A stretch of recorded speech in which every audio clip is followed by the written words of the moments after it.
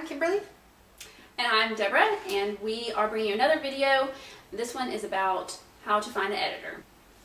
So the first thing that you want to do when you set out to hire someone is you want to decide your requirements. Yeah. So we had 3 bullet points Yes. that we wanted to cover. So How much you want to spend, yes. what type of edits you need, and a timeline for doing it. Now, a lot of people I think spend years and years on a book, but I don't have the patience for that.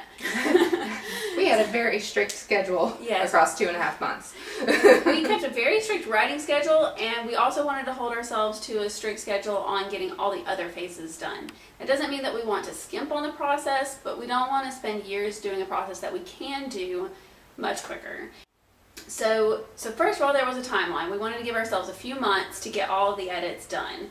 So we had to kind of decide when that was going to take place, and we're actually ahead of time right now. Yeah, we're kind of killing it. Yeah, we had given ourselves till June, middle of June, to get it turned in, and we got it turned in by the end of May. So yes, we are a little bit ahead of schedule, and we feel good about that because that just gives us more time to perfect on it. Also, the types of edit. So you can talk a little bit about sort of some of the different types and why we picked these. Okay, so there's the copy edit, and that is when they go line by line and maybe rephrase what you said or fix some punctuation mistakes or wording choices that you might have had. Developmental edit is going to talk a lot about your character arcs. It's going to talk about the plot, your pacing, a lot of the things that really make the story a story, and they're not really concerned at that point about a lot of the punctuation and grammar issues. And of course you have proofreading, which is like really that final cleanup that you definitely don't want to skimp on because they'll find lots of little errors once you've gone through the copy edit. Yeah, like you said, above instead of about, or the instead of that. It was very important to us that we were not going to skimp on the edit process, so we were doing all 3 of those edits with a professional, and we're going to try to put together the most professional product that we can. Yes. And I come into this knowing that it is not cheap to get an editor. You can spend anywhere from a few $1,000s, like over $1,000 to maybe $3,000 or $4,000, maybe even more, depending on who you get and the kind of experience that they have. So there's a pretty broad range, but all of it is fairly expensive.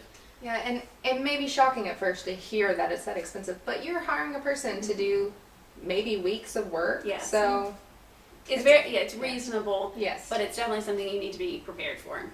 So at first we decided to look around on the internet. I think that's sort of where you're going to go first, is Google editors. Copy editor.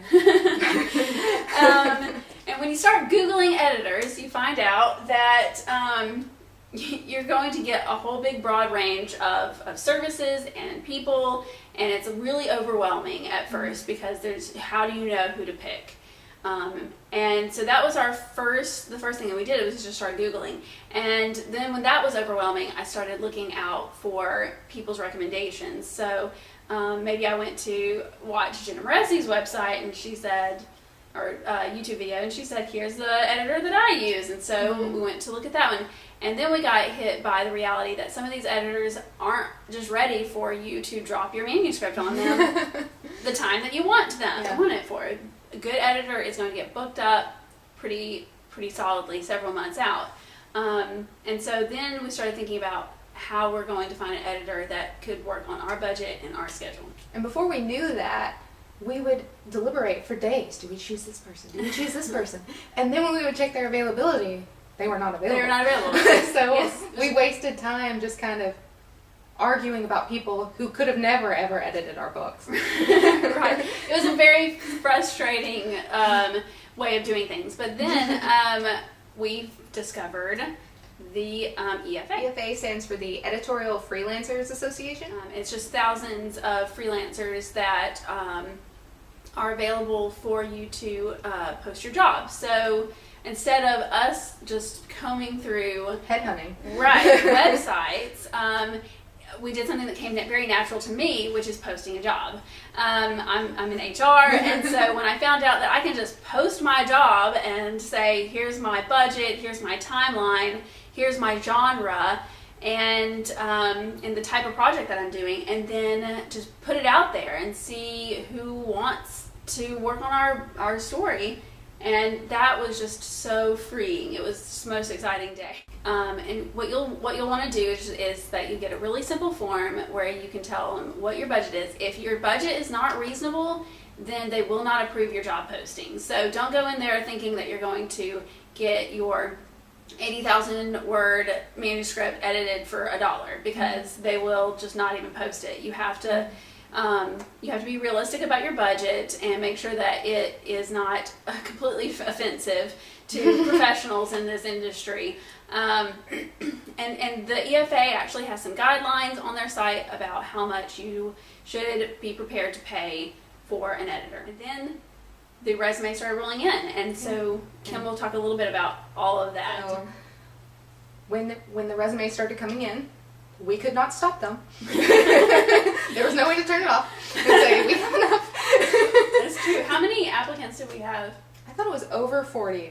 And you can't just say, the first 10 looked good. We don't even have to look at the others. You look at all of them. I feel like we thoroughly reviewed all 40 of them. We looked Yes. at what they said in their email. Most of them will send you not just a pitch about them, they'll send you their resume, they'll send you a link to their website, they'll tell you all about the different books that they've actually worked on. Mm-hmm.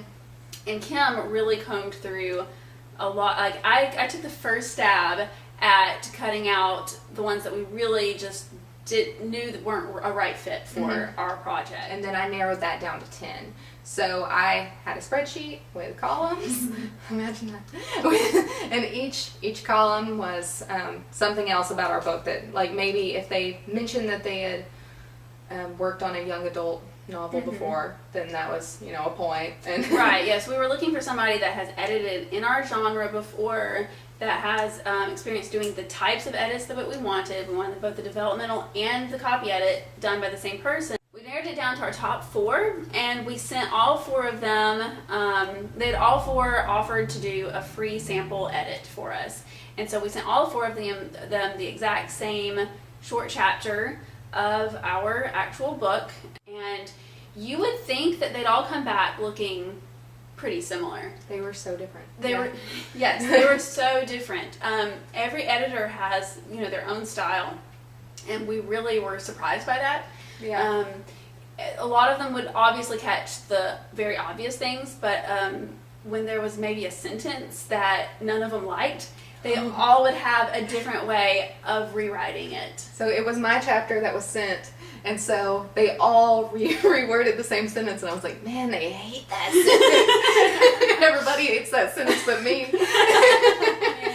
And we made our final decision. It really came down to which one did really the most. We wanted somebody that really just tore it up, because we imagine that we really can't be that great. So, and not only did she tear it up the most, but she got it back to us the quickest. Like, she had it back to us maybe the first day or the second day. Yeah, I think it was the same day that we sent out the sample copy. We got it right back.